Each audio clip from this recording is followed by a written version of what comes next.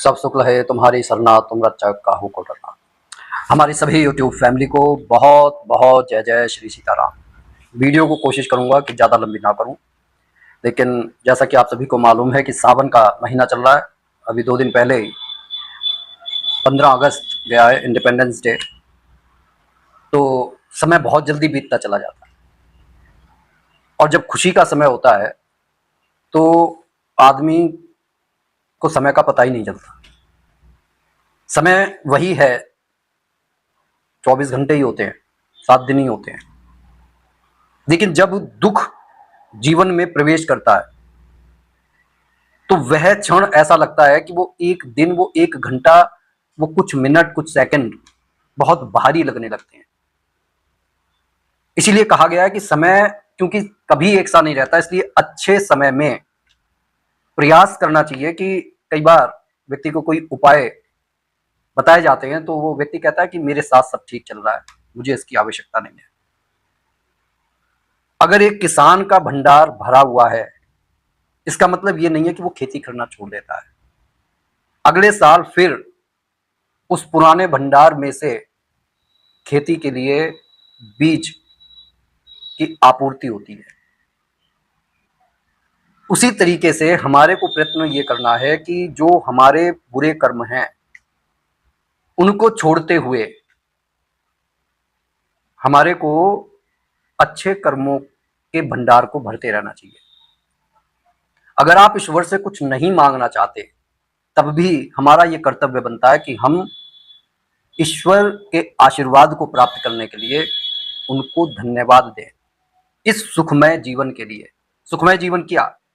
जहां पर 2 वक्त की रोटी आराम से मिल रही है, जहां पर पहनने के लिए साफ स्वच्छ कपड़ा मिल रहा है, जहां पर पढ़ने के लिए, आत्मा को शुद्ध करने के लिए जो है अच्छे सत साहित्य मिल रहे हैं, समय मिल रहा है मेडिटेशन करने के लिए, आसन करने के लिए, घूमने के लिए, मित्रों से बात करने के लिए, अपने घर परिवार को मतलब हम समय दे पा रहे हैं। ये सब किसकी कृपा से हो रहा है? सब उसी परम पिता परमात्मा की कृपा से हो रहा है। इसलिए कभी हमारे को अपने आप पर ये अहंकार नहीं करना कि ये सब हम कर रहे हैं। किसी किसी व्यक्ति में ये अहंकार आ जाता है। कोई व्यक्ति कहता है कि हमने ये किया तब हमारे बच्चे सुखी हैं। अगर गौर से देखा जाए, सभी अपना भाग्य लेकर आए होते हैं, सभी।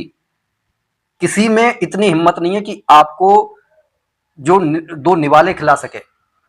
वो भी पता नहीं कहां पर ईश्वर ने लिखा हुआ है कि वो आपके पेट तक पहुंचेंगे, और पेट तक तो बाद में पहुंचते हैं, सबसे पहले मुंह तक पहुंचते हैं। तो दुख, कष्ट, समस्याएं ये जीवन का एक अंग है, क्योंकि मृत्यु लोक में जो व्यक्ति आया है उसे इन सब से सामना करना पड़ेगा। लेकिन इसका ये अर्थ कदापि नहीं है कि आप हाथ पर हाथ रखकर बैठ जाएं। ठीक है, जब सुख का समय हो तो ये नहीं है कि आप उसका आनंद भी ना उठाएं, और जब दुख का समय हो तब ये भी नहीं है कि नहीं, बस इसे भगवान ने मेरे भाग्य में ऐसा ही लिखा है, उसको झेलते रहिए। भाई, कोशिश करना हमारे अपने हाथों में है। ठीक है, तो वो कोशिश करना किस तरीके से हमारे हाथ में है कि जैसे कि अब हर दिन भगवान के ही है, लेकिन कुछ समय, कुछ महीने जो बहुत पवित्र होते हैं और जिनमें किए गए उपाय से हम महसूस कर सकते हैं उस दिव्य शक्ति को। तो हमारे जीवन का असली मकसद तो स्वयं से साक्षात्कार करना है, उस परम सत्ता को महसूस करना है, अपने हृदय के अंदर झांकना है। तो ये ना माने कि नहीं, मेरे अंदर बुराई है तो भगवान मेरी बात को नहीं सुनेंगे, कि मेरे मन के अंदर कलुषता है, मेरे मन के अंदर बुरे विचार आते हैं। अरे, बुरे विचार और कलुषता किसके अंदर नहीं है? जितनी कलुषता है उतना आलोक भी है, जितने बुरे विचार हैं उतने अच्छे विचार भी हैं। ये तो हमारे पर डिपेंड करता है कि हम कौन से विचारों के साथ बहे चले जा रहे हैं, हमने कौन से विचारों को पकड़ रखा है। इसलिए अगर कभी दोष देना है तो अपनी उस प्रवृत्ति को दीजिए जिसने उन विचारों को पकड़ा हुआ है, और समय रहते अगर हम अपनी उस प्रवृत्ति को सुधार लेते हैं तो निश्चित मानिए जीवन में आलोक भर जाता है। तो मैं आपसे ये कहूंगा कि अगर जीवन में सुख है तो भगवान को धन्यवाद देने के लिए प्रार्थनाएं कीजिए। अगर कोई समस्या है तो भगवान से आशीर्वाद लेने के लिए जो है आप ये कार्य कर सकते हैं। सावन के इस महीने में जैसे कि मैं महाबली हनुमान जी के लिए ज्यादातर उपाय लेकर आता रहता हूं, लेकिन बहुत से हमारे श्रद्धालु भाई बंधु बहनें जिनके पास में टाइम नहीं होता, तो उनके लिए भी इस चैनल पर ये उपाय होते हैं। लेकिन उपाय कोई सा भी हो, हृदय शुद्ध और पवित्र होना चाहिए। वीडियो थोड़ी सी लंबी हो गई, हालांकि मैं लंबी करना नहीं चाहता, लेकिन कई बार लंबी हो जाती है अपनी बात कहने में। तो कहने का ये अर्थ है, तो उन लोगों के लिए भी, उन भाई बंधु बहनों के लिए भी इस चैनल पर उपाय होते हैं। लेकिन आज बहुत दिनों के बाद महाबली हनुमान जी का ये उपाय लेकर आया हूं सावन के इस महीने में, क्योंकि भगवान शिव के ही वो अंश हैं, उनके अवतार हैं, रुद्रावतार हैं महाबली हनुमान जी। और उन्होंने अपने जीवन को जीकर ये बताया है कि किस तरीके से एक सेवक का जो धर्म होता है उसको निभाना चाहिए, और किस तरीके से राम के नाम में इतनी शक्ति है। राम का नाम जिसने उनको समंदर लगवा दिया, राम का नाम जब महाबली हनुमान जी ने लंका में आग लगाई तब भी विभीषण की कुटिया बची रही, क्योंकि वहां पर प्रभु श्री राम का नाम लिखा हुआ था। तो राम के नाम में अनंत शक्ति है, सिर्फ उस शक्ति को महसूस करना है। अगर एक बार हमने वो शक्ति अपने हृदय के अंदर महसूस कर ली, आप जीते जी मुक्ति को प्राप्त कर जाएंगे। उसके बाद में आप एक बात तो अच्छी तरीके से समझ लीजिए, फिर जीवन में कोई भी माया और मोह आपको तड़पाएगा नहीं है। लेकिन एक बात मैं फिर से मैं कह दूंगा, आज एक पोस्ट देखी कि चित्रलेखा जी की कोई गाड़ी थी 20 करोड़ की, पता नहीं कितने की, वो माया मोह से जो कहते हैं कि भैया उसमें पढ़ना नहीं चाहिए, लेकिन वो वहां मंच पर कुछ बोल रही हैं, लेकिन वहां पर जो है गाड़ी इतने करोड़ की ले रही है। तो मैं आपसे ये कहूंगा कि एक भक्त, एक श्रद्धालु कभी किसी भक्त की, किसी पुजारी की जो है ऐसी बातों पर दुष्प्रचार नहीं करता। आप जो श्रद्धालु होगा वो ये सोचेगा कि भगवान के आशीर्वाद से उनके पास में ये सब है। तो जब उनके पास हो सकता है, जब उनके प्रारब्ध इतने पवित्र होकर उनके लिए ये चीजें अट्रैक्ट कर सकते हैं। क्योंकि ज्यादातर लोग गरीब क्यों रह जाते हैं, क्योंकि मनी जो एक जागृत देवता है, हम उसको बुरा बोलते हैं। और हमारे को सभी को मालूम है कि बिना पैसे के दुनिया में सरवाइव नहीं किया जा सकता। लेकिन पैसा भी जो है तभी आता है जब आप उसका सम्मान करते हैं। बुरे तरीके से पैसा नहीं कमाना है, लेकिन आप पैसे का अपमान सिर्फ इसलिए मत कीजिए कि नहीं पैसे वाले लोगों के पास एटीट्यूड होता है। किसी ने कहा भी है कि जब पैसा आता है तो एटीट्यूड आ जाता है। जब कोई व्यक्ति ईश्वर की कृपा से राजा बन जाता है, मंत्री बन जाता है, या किसी ऊंचे पद पर पहुंच जाता है, तो उसकी प्रतिष्ठा होती है। तमाम लोग उससे अपना काम निकलवाने के लिए उसके पास चले जाते हैं। जो उसके अपने उसको छोड़कर चले गए होते हैं वो भी जाकर उसके जो है बन जाते हैं। तब उसे कुछ ना कुछ अपने लिए समय निकालना पड़ता है, वो भी एटीट्यूड में आ जाता है। इसलिए इन बातों में नहीं पड़ना चाहिए एक सच्चे श्रद्धालु को, एक भक्त को।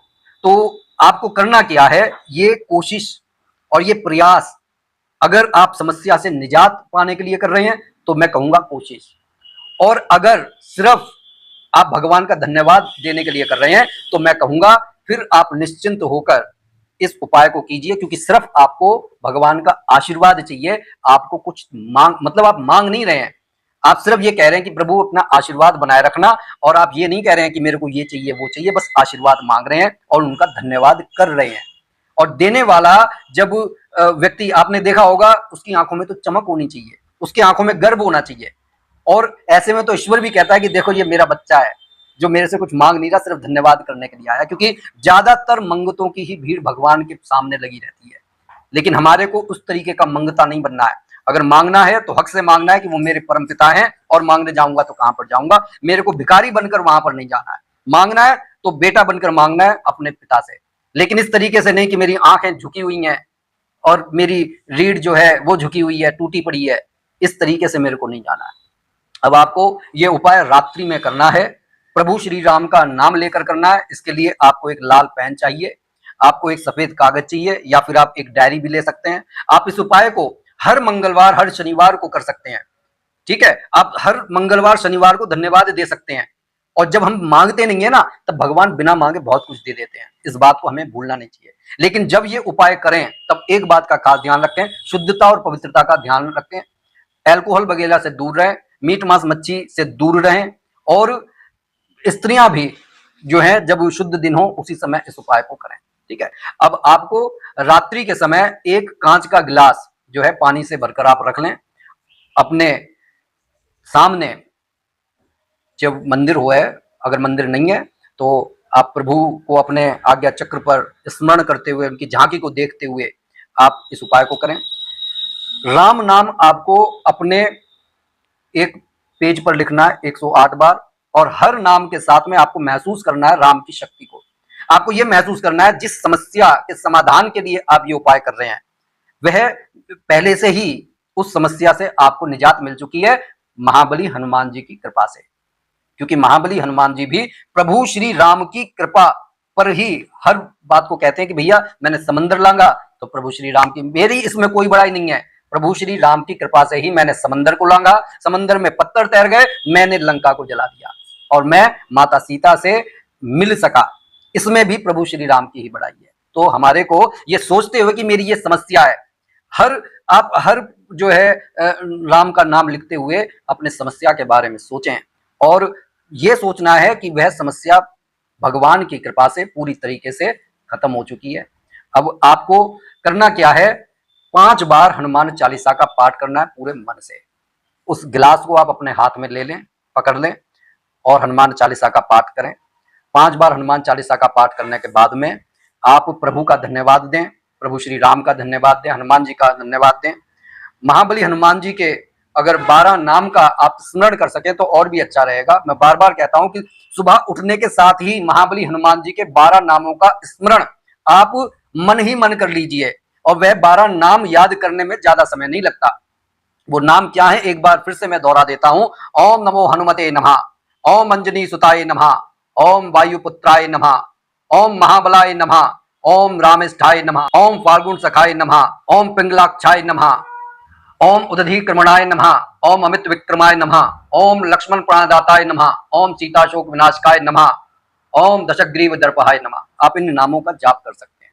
अगर एक आध नाम छूट जाए तो कोई बात नहीं है, लेकिन आप देखेंगे कि धीरे धीरे से ये नाम ही आपके सुरक्षा कवच बन जाएंगे। एक शत्रु हरण मंत्र का आप जाप कर सकते हैं, ओम नमो हनुमते रुद्रावताराय सर्व शत्रु संहारणाय सर्व रोगहराय सर्व वशीकरणाय रामदूताय स्वाहा। आप इस तरीके से 11 मंत्र पढ़कर आप आहुति दे सकते हैं गाय के गोबर के उपले में। खैर, अब आपने ये उपाय कर लिया। उपाय करने के बाद में आपको प्रभु श्री राम का नाम लेते हुए घूंट घूंट करके ये कांच के गिलास का पानी पी लेना है, ये मानते हुए कि मेरी समस्याओं का समाधान हो चुका है। अगर आप किसी के लिए ये उपाय कर रहे हैं तब आप ये पानी ना पिए, उस समय इस जल को जो वो व्यक्ति है आप उसको पिला दें। वो व्यक्ति वहां पर नहीं है तो आप उसके नाम का वो जल किसी हरे भरे पौधे में आप डाल दें। आप देखेंगे कि कुछ ही दिनों में आपका जो है वो जीवन में कल्याण में आपको मतलब अनुभूति होने लगेगी। तो ये एक छोटी सी वीडियो आपके साथ मैंने शेयर की। अगर हो सके तो इसे ज्यादा से ज्यादा शेयर कीजिए, और सावन के इस महीने में इस उपाय को अवश्य कर लें, क्योंकि रुद्र के अवतार हैं और वो भी रुद्र की तरह ही भोले भाले हैं। बस ये है कि आपको शुद्धता का और पवित्रता का ध्यान रखना है। तो ज्यादा से ज्यादा इसे शेयर कीजिए, और जो भी भाई बंधु बहन हमारे चैनल पर नए हैं कृपया चैनल को सब्सक्राइब कर लीजिए, और कमेंट बॉक्स में इष्ट देव का नाम लिखना ना भूलें, और लाइक शेयर कमेंट करें। बोलिए जय जय श्री सीताराम।